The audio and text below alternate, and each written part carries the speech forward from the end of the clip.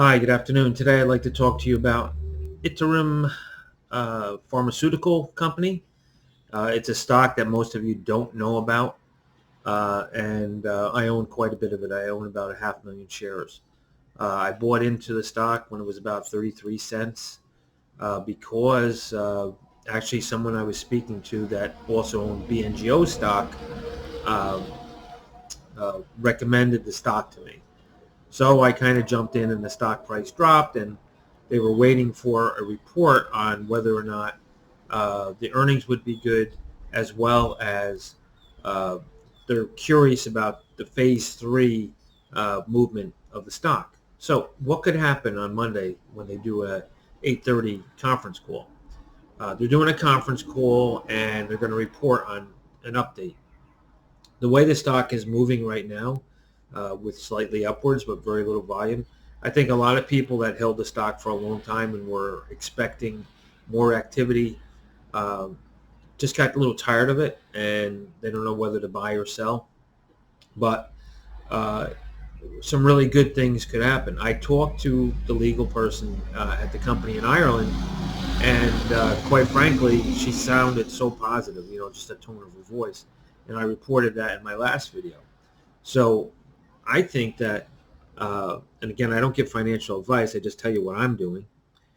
With my 536,000 shares, I'm hoping that this stock might jump to $1.50 if they come out and say, we got phase three approval. Or they come out and say, well, we're going to get it really soon. So some really positive things can happen. If it doesn't come through, they'll probably say that, they had a lot of high expenses and so forth. I believe this is a NASDAQ listed stock. They just went through the whole potential delisting crisis and got a 180-day extension. So it gives them plenty of time to get finished with this phase three. And the stock is moving up. So who's to say what's going to happen? But, my fingers are crossed. Cross those fingers. Yeah. My fingers are crossed. And I hope that there's some really positive news.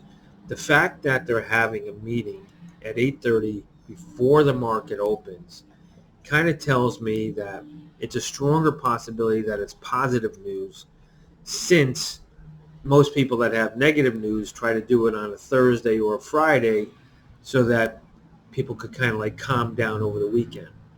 But in fact, they're doing it 8:30 before the week starts. So let's see what happens, but I wish you all the best of luck. This is not financial advice. I want to give a shout out to Pierre.